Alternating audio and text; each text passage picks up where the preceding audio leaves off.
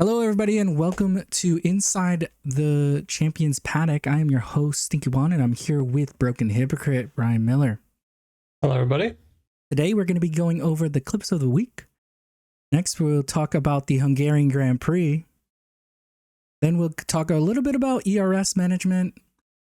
And then the setup for the next race, which is going to be the Belgium Grand Prix in Spa.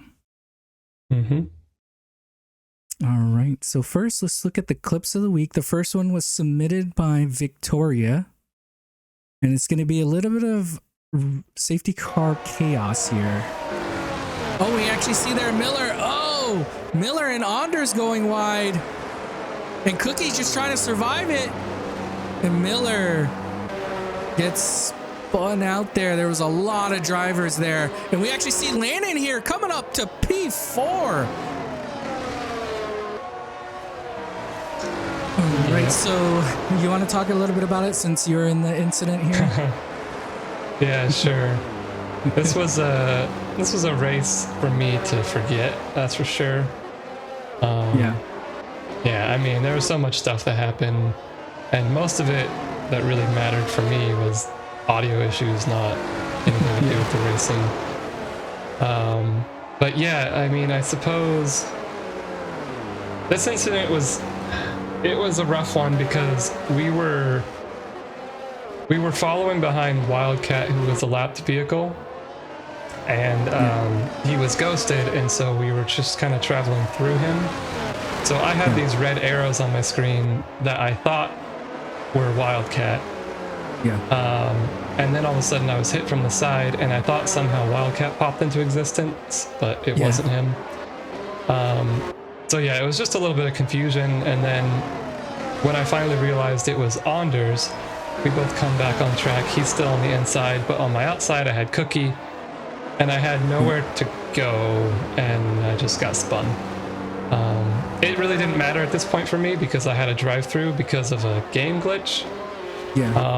So I wasn't going to finish in the points anyways, but yeah, it was a rough one, and I think the only thing that we would point out from this one that matters for the future is if you are a lapped car, you should be letting everybody go by because it's very distracting for the drivers when you have to drive through them.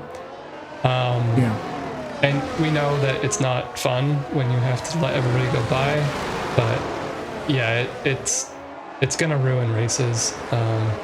So to prevent that, we actually have in our rule book that if you're a lap down, you're supposed to get out of the way. So just for the future, everybody to remember that. Yeah, I think a fun little thing too in this clip is seeing Lincoln go and just get through everything and get to P4 because of it. That was a nice restart for him. Yeah, he did have a good restart. All right, and our next submission is from Umar, and it's going to be Aguilera and Kumar there is looking like he's going backwards, and Aguilera looking to go for a dive. He does go for the dive here. It is late in the race. Dust has to concede the position, and because of that, Kumar might actually be looking to attack.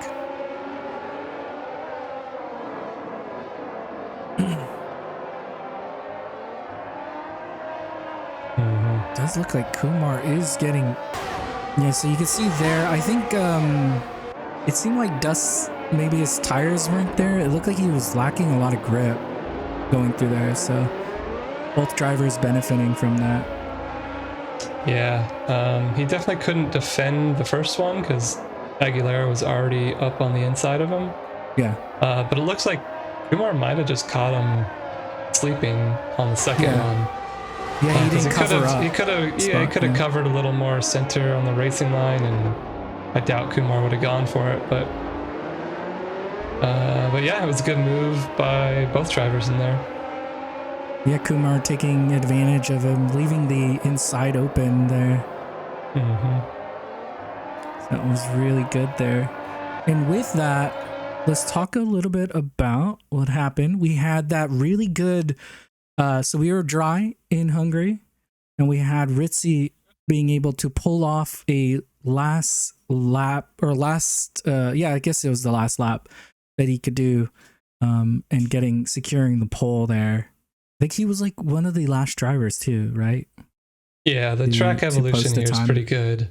Yeah. I mean, honestly, the track evolution here is probably better than most tracks. So getting across the line last minute is in your makes a big difference. benefit. Yeah, it does make a little bit of a difference. So yeah, and because of that, he was able to make that up and get the pole. Mm-hmm. However, we did have William here securing another win. So round 2, he wins it again. So in the race, there was a lot of factors, I think, in this race where drivers ended up. But no matter what, William was just really fast today or that day in Hungary. He was dominant. I feel like Lannon and Ritzy both may have had pace to keep up with them. But they both had things that happened to them, whether it was their own error or other people's. So little things here and there, but William was able to stay out of trouble for the most part. He had a safety car issue, but then he got through the field like it was nothing and easily. And I think that's the thing about it too. That's why I think he dominated this race too. Is he had that there was an unfortunate safety car to where he was so far ahead, he actually ended up getting caught up with the safety car. Yeah. While all the other drivers were so far behind, they were able to get into the box, and they all pit. I mean, honestly, the safety car should have waved him through at that point, but it didn't. But it doesn't. It doesn't do it. Yeah. Yeah. But yeah, I mean, it was a great race by him. It was really good because he was able to recover it. So it wasn't like he was just in the front the whole time. He actually had to fight back through it. And then, I mean, a big shout out to his teammate, Nikolai, because without him, it probably would have been a little bit of a smaller gap. Mm-hmm. But I think his pace today was just really good to where I don't know if it would have mattered too much. It would have made it a little bit more entertaining, but I think he was he's also really good in the rain. So I think that's a big factor as well. Yeah. And with that, he had the fastest lap here. So he had fastest lap, went to him.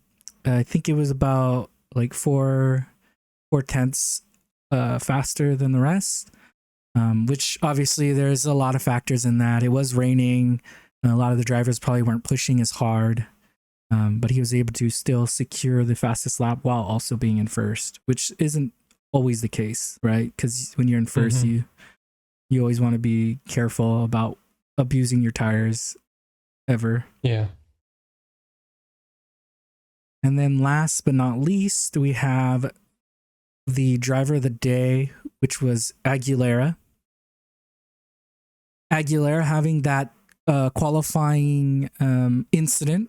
So there's a qualifying crash between him and an Alpine, which caused him to be stuck all the way in the back. I think he was 18th at the start of the race. And then he was able to move all the way back, all the way up to 5th. So, well deserved. Crazy good push from Aguilera, and I think it was well deserved, as you said, to get that driver of the day. And then with all that, so here's a quick look at the classifications. So we have the Hungarian Grand Prix, where all the drivers ended up finishing, and then we have the driver standings here. We could see that William still holds first and extends the lead just a little bit, with Ritzy now holding P2, Nikolai holding P3, Anders in P4, Miller in P5, Lannon P6, Aguilera P7, Renzo P8, Dust P9, Cookie is in 10th, Kumar in 11th, and Lungi in 12th, with the rest of the grid all still scoreless. So they're all tied for 13th. So I think one really cool thing to point out is Anders. So Anders is a rookie. Yep. And I think he's performing. I mean, we kind of knew from last season he did a single race with us, so we kind of knew that he had some decent pace. But still rookie in the league. You don't know most of the drivers. So, I think he's still adjusting to it as well, but I think he's done a really good first 2 races. Yeah. And I mean, he's had some incidents in the first 2 races, which, those things happen, but he still scored decent points as well, both races. So yeah, so that matters. If he has a clean race next time, who knows how high he'll go. Yeah, and Ritzy, I think, showing really good. I mean, he has to show that kind of pace because Nikolai is also consistently fast so far in the 2 rounds. Yeah. So he's going to have to keep that up, especially with you dropping to 5th now because of the incident. So on that, at this point, I'm going to be the support driver helping Ritzy get wins. Maybe that'd be cool. But we have here now, we can see the constructors, because of Miller not scoring any points for the Haas team, but they actually do extend that gap a little bit more, but it's still manageable. Definitely still manageable gap. We have there the McLaren's doing a really good job trying to stay in it. Maybe they can have a few podiums here to try to bring them into contention with Red Bull and Haas. And then we have a few of the other teams. We have pretty much the Aston Martin, Ferrari, AlphaTauri, and Alfa Romeo, all fighting to try to get back up there. To maybe they can try to fight for P3 or so. And then we still have Mercedes, Williams, and Alpine not scoring a single point. Yeah, there's still 8 rounds left. Any one of these teams could still win. Yeah. Yes, it's more likely for others based on who's on those teams, but of course. Yeah, I mean, there's lots and lots of points up for grabs. So yes, we will see. I think a cool thing too is I think some of the teams, the drivers probably don't feel like they performed how they wanted to. So I'm curious to see how that pans out going further into it and everything. So with that, so we're changing it up.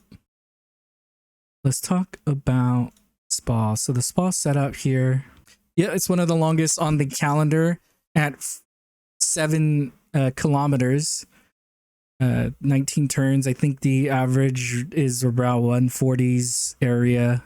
Yeah, see the lap record is 145. So pretty long track.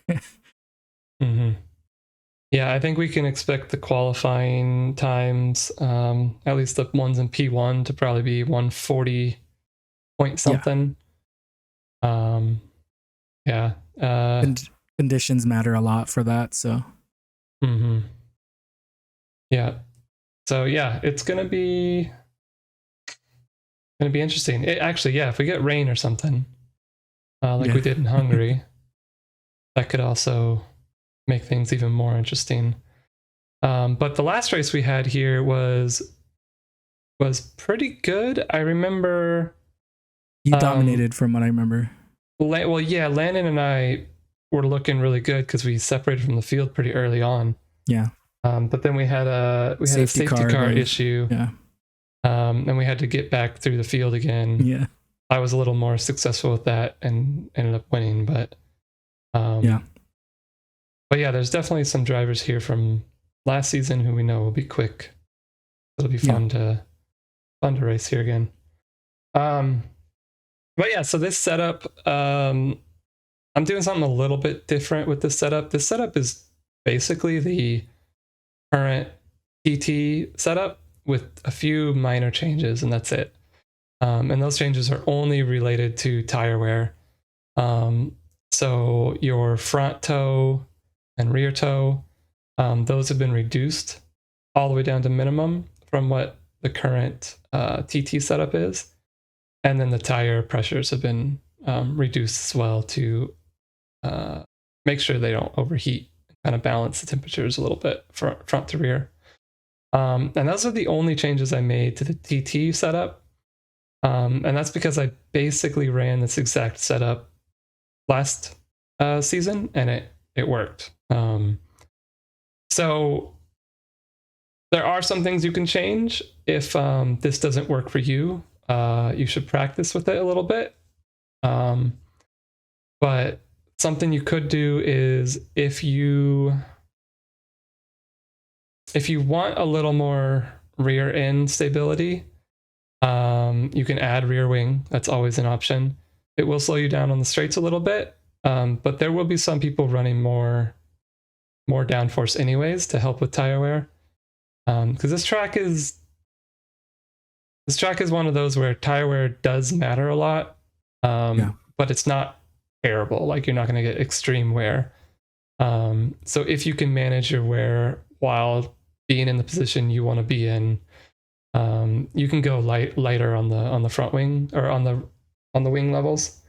But if it is a problem for you and you know you're going to be pushing a lot, then yeah, you can increase the wing levels a little bit. Yeah. I think in Spa there is a little bit of a two-directional. You can kind of try to put a little bit more downforce so you're better through sector 2, and a little bit of sector 3. Or you can have less and obviously be really fast through sector 1. So there's two methods to trying to be fast here. Yeah. And technically you could decrease the aero a little bit more than what TT has. But you got to be careful with that, because if you can't keep up before the DRS zone starts, then you're just going to get left behind in sector 2. And and then recovering might be really difficult. So you don't want to go too light on the front wings, especially because your tire wear will be worse. And if that's the case and you can't even hold on to DRS, then you won't have a shot at the end of the race to go for any kind of win or a better position. You'll just be kind of sitting there. Like, you might have great top end speed, but it won't go well. And then it's the same with the other direction, right? Going too far to the other direction could result you're gonna be a sitting just duck standing on the straight. still on the straight. The camel straight. And more wing can work. Like, if you're a front runner and you have more wing and you can get away early, that could work. But safety cars might bring people back to you or whatever.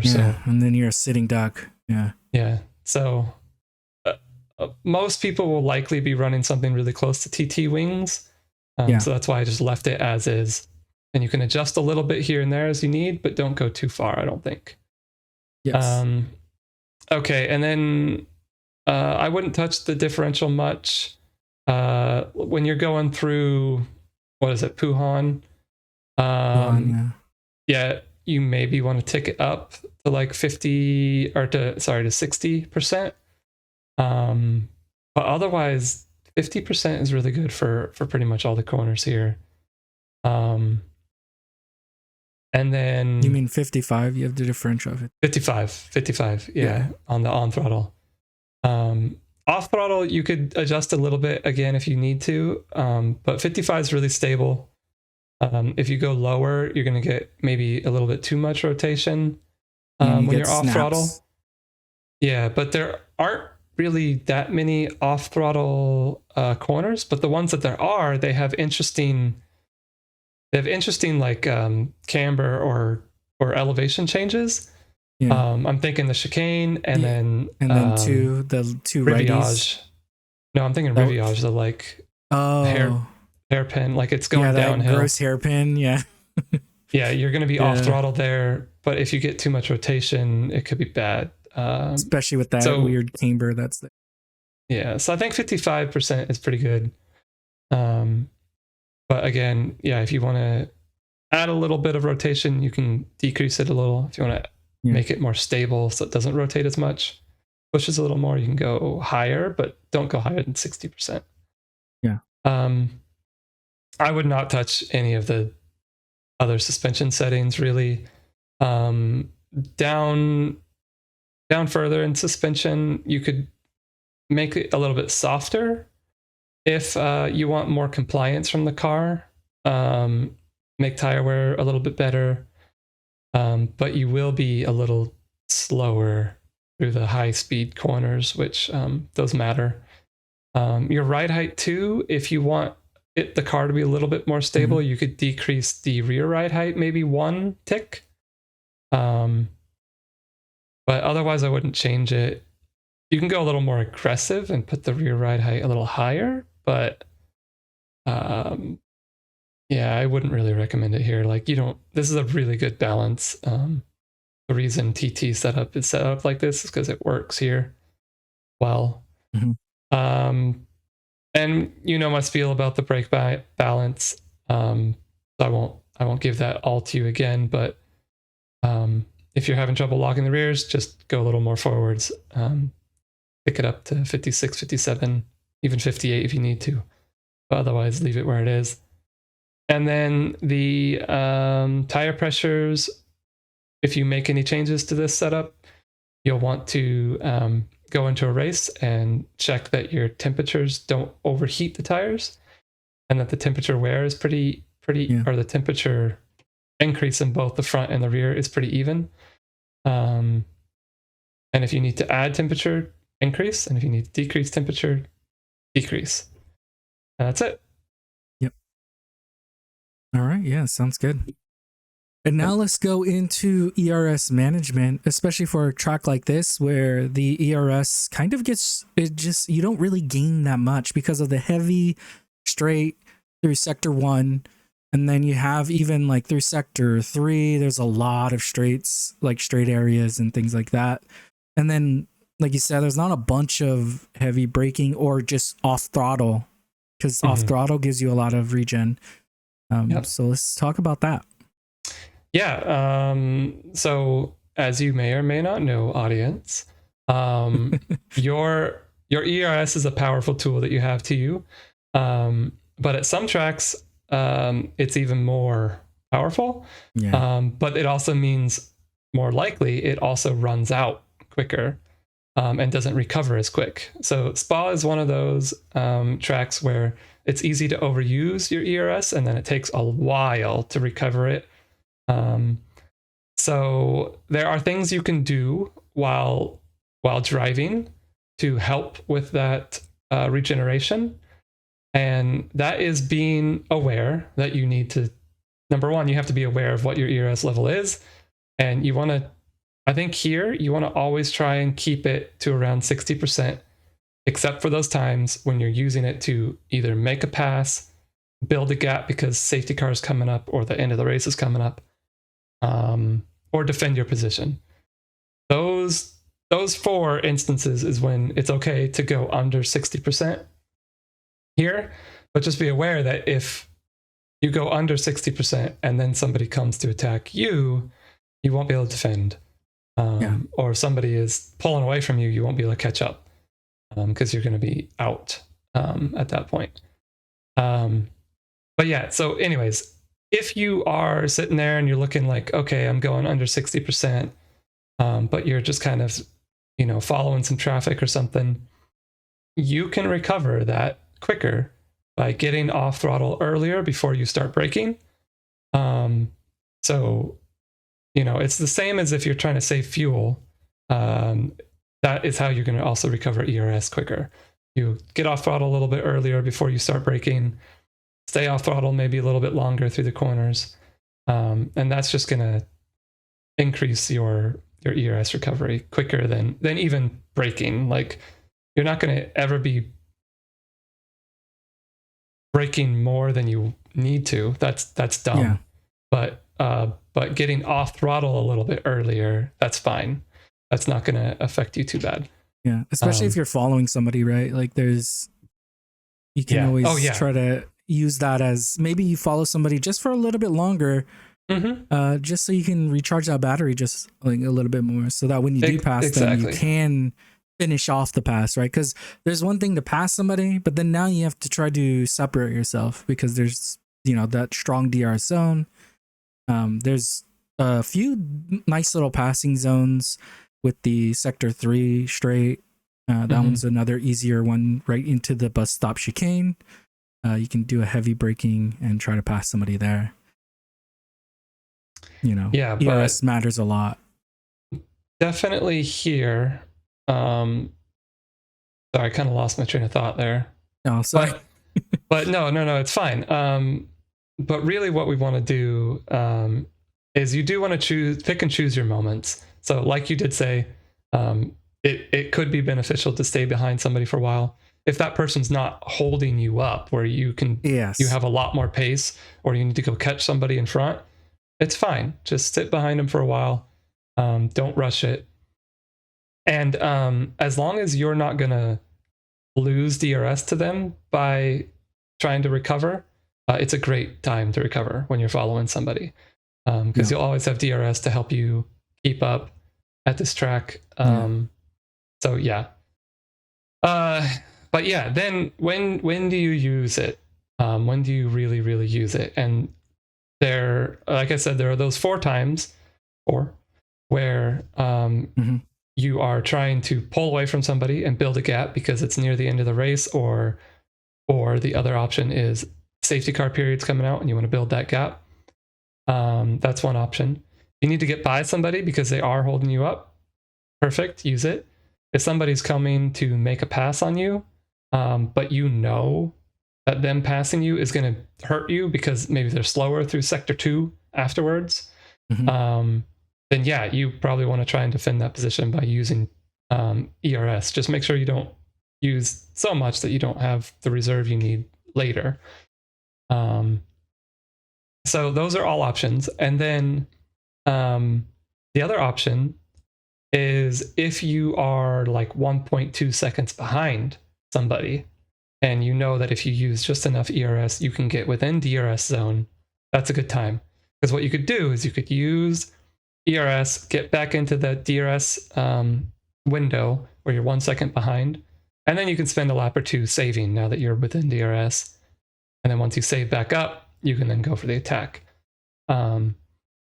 So yeah, a lot of people comment on my particular usage of ERS, saying that I don't use enough sometimes. And I always think, no, I'm good. Like, because typically I'm sitting in the position that I know I can make a move for the win at the end, usually. And so having more ERS is always beneficial if I'm in that position I want to be in. So I save a lot, and sometimes I'm sitting at 100% and I could be using it, but sometimes there's no use. Like, I'm in DRS zone. I don't need to be right on top of them. I definitely don't want to pass them yet. And when you're saving ERS, at the same time, you're also saving your tires.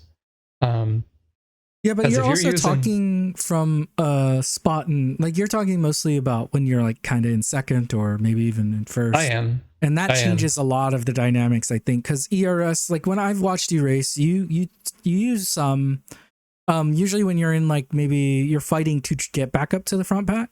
Yeah, then you're using a good amount. Maybe you're a little bit higher reserve, but you're definitely in a spot where you're using more than you're recharging. So like, or like you're using the same amount roughly, something.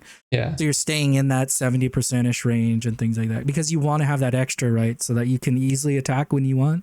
And I think some of these drivers could benefit from that, trying to keep a little bit extra so they can, because I've seen a few drivers where they'll catch up to the guy, but then because they're so similar in pace, they get trapped and they're stuck behind them for like 4 to 5 laps. When in reality, they could have just taken 4 to 5 laps to catch them. And then they have actually more ERS than they had then. So. Yeah, definitely. I think there is obviously some like questions like, oh, yeah. But I think in the end, you're just saving a lot. And it's hard to know, right? If you've used too much or too little sometimes. Yeah. So and I do want to make the further point on that is sometimes the people who make those comments to me may be correct. I may not be using enough. And the reason I'm bringing this one up is like what may be happening is, I'm sitting in P2, I'm comfortable, I'm saving up ERS. But if I'm also not forcing the person in front to be using, then it means they're also saving. So I have found myself before realizing maybe a little too late. Oh no.